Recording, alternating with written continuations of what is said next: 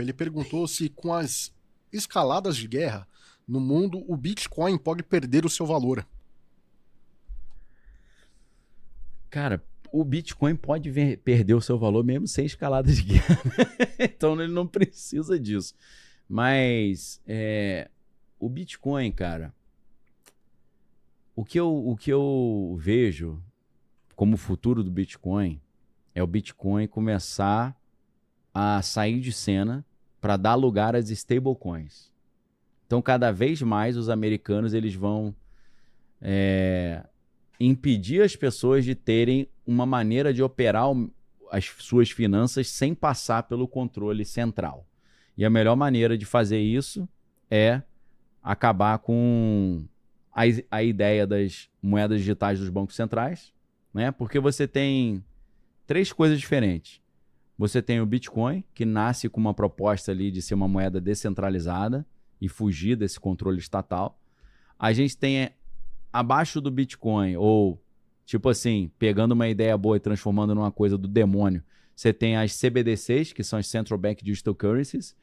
Então você transforma o conceito do blockchain, que é uma proposta para liberdade e não fugir, né, do controle estatal, você transforma num controle total, né? Porque você tem uma moeda digital, só que ela é centralizada nos bancos centrais.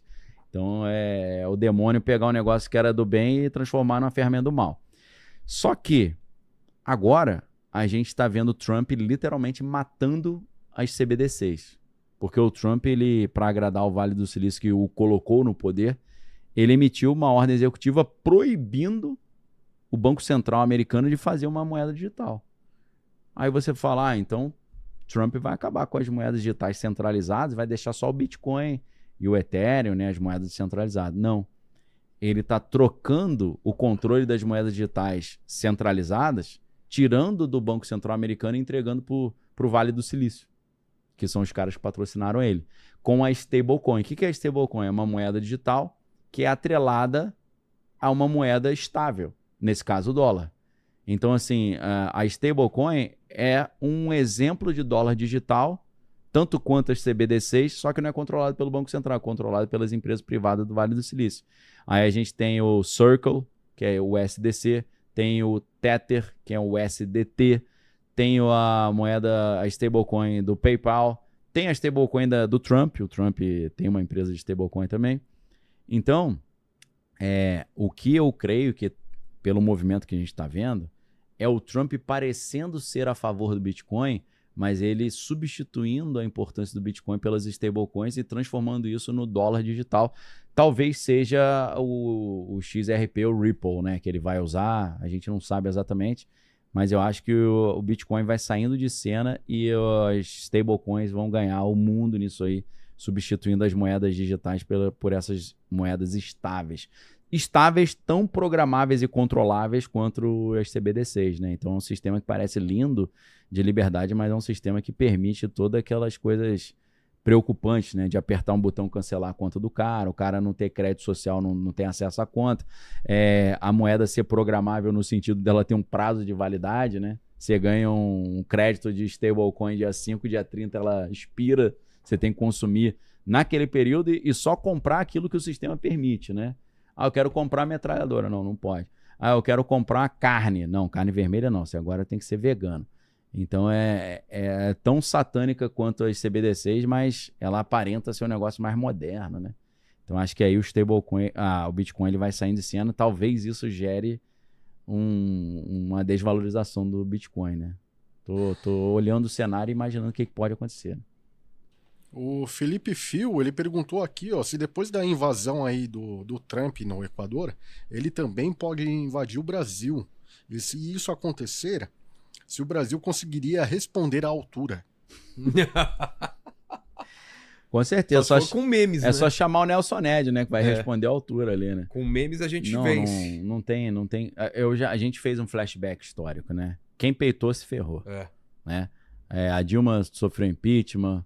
O Lula, na época, acabou, né, indo para prisão. O Bolsonaro está do jeito que está. Vargas morreu, João Goulart morreu. Outros morreram também, porque se você pega a história do governo militar, o Castelo Branco e o Costa e Silva, eles tiveram morte meio estranha, né? Acho que foram 2 acidentes. Depois confere pra mim, Homer. O Castelo Branco, se eu não tô enganado, ele caiu o helicóptero e o outro bateu de carro, alguma coisa assim. Assim como aconteceu com o Juscelino Kubitschek também. O Juscelino Kubitschek morreu num acidente de carro. Dizem que porque ele estava querendo voltar, ou ele tinha um quê meio assim, mais comunista, os americanos supostamente sabotaram, né? João Goulart também teve uma morte estranha no exílio. Então dizem que não foi só o João Goulart e o Vargas que peitaram os Estados Unidos, tiveram mortes estranhas, não. Até uma galera do... Porque no governo militar você tinha a linha dura e você tinha a Sorbonne. Sorbonne é a galera que os militares estudaram na França, que tinha uma visão meio de esquerda, assim, entendeu? Era mais... Então você tinha uma briga entre a linha dura e a Sorbonne. Então, o Castelo Branco, dizem que considerava ele muito light, que a galera queria endurecer mais, né? Aí depois vem o AI-5, né, com Costa e Silva. Mas até o Costa e Silva também teria... Achou aí? Eu me lembro. Achei. Como é que foi aí? O Castelo Branco, ele morreu num acidente aéreo. Viu? O Jango provavelmente foi infarto. Infarto, né? Aí tem a história que ele foi envenenado e tal. E aqui o Costa e Silva, não lembro. Ele foi um derrame cerebral aqui, ó. Derrame? Derrame. Aí você entra que é até aquela história do... Bom, me fugiu o nome do cara que o Sarney entrou no lugar dele, que morreu lá. História estranha pra caraca. Tancredo. Pô, aquela história do Tancredo é muito estranha, aquilo bizarro, ali, meu irmão. Aquilo ali dá uma série de... Tem um documentário, uma série, tem alguma coisa de... Eu já assisti aí. Aí tem aquela história que a foto que ele tá no hospital rindo ali, ele já tinha morrido, né? Que os caras seguraram a notícia. Então, cara, essa história foi muito estranha. A morte do Ulisses Guimarães, né? Aquela queda do helicóptero. Pode ter sido tudo natural? Claro, pode ter sido, mas abre margem, né? Para certos interesses aí, meio... Uma coisa muito estranha também foi que vários líderes tiveram doenças na mesma época.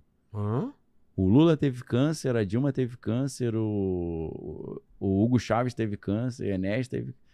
O Enéas acho que foi um pouco antes, mas esses líderes latino-americanos todos tiveram câncer na mesma época, né?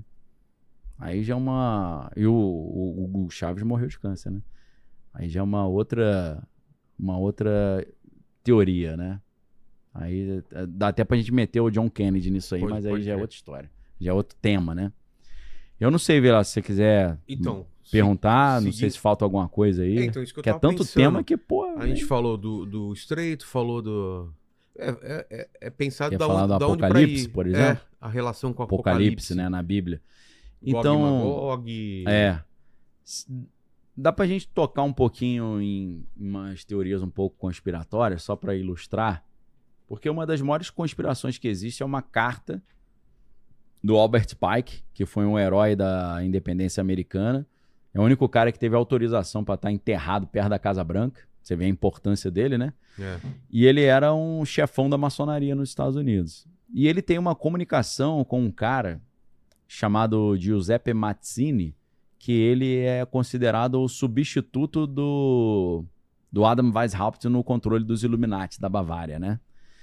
Então, Giuseppe Mazzini, inclusive, é considerado ali um dos pais da máfia. E a máfia tem muito uma lógica de sociedade secreta, né? De iniciação, né? Máfia e maçonaria tem umas lógicas parecidas. Então tem uma comunicação, uma carta entre eles falando sobre as 3 guerras mundiais. A Primeira Guerra, que serviria para destruir o Império Turco-Otomano e Austro-Húngaro. A Segunda Guerra, que serviria para trazer os Estados Unidos como potência global. E a Terceira Guerra Mundial, que seria do Ocidente contra as nações árabes. Então você olha aí e você fala, pô, será que é isso, né? Será que está se cumprindo?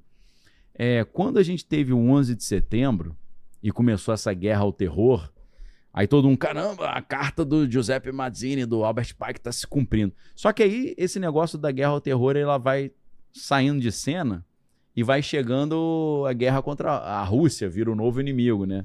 Saem os muçulmanos e entra a Rússia. A Rússia virou um novo problema na época do Biden. E aí no governo Biden a Rússia é o inimigo e agora com o Trump voltando, o mundo árabe virou seu novo inimigo, a Rússia amiga, né? Que o Trump e o Putin sempre tiveram uma relação muito boa. Então, isso é interessante da gente olhar por esse aspecto. Outra coisa, antes da gente entrar na Bíblia, rapidinho, é o que o Major Wernher von Braun, que era major da SS, a tropa de elite nazista, foi um daqueles caras que os Estados Unidos preferiram não mandar para pena de morte nem prisão perpétua no Tribunal de Nuremberg, mas mandaram para os Estados Unidos para ajudar a fazer os foguetes americanos, né? Porque ele ajudou a criar o foguete V2 na Alemanha, que deu um prejuízo terrível. Esse cara, que obviamente sabia muita coisa, que ajudou a criar a NASA, né? O Wernher von Braun, o Doc Brown, né? Você vê De Volta para o Futuro, né? Seu Doc Brown, você fala, pô, conheço outro Doc Brown, meu irmão. Esse cara não era flor que se cheire, não. O Wernher von Braun, ele trabalhava nos Estados Unidos numa empresa aérea chamada Fairchild Industries. E ele tinha uma secretária que depois virou porta-voz dele, quando ele também estava com câncer já, não conseguia mais falar, ela era ali porta-voz dele, chamada Carol Rosin, R-O-S-I-N. E ela disse que no leito de morte ele revelou para ela várias etapas que seriam usadas para criar um governo global. Seriam criados vários inimigos e cada um desses inimigos traria à humanidade de um perigo global para justificar um governo global. Primeiro perigo seria a União Soviética, segundo perigo seriam as nações árabes. Aí das nações árabes seriam os meteoros e depois os alienígenas.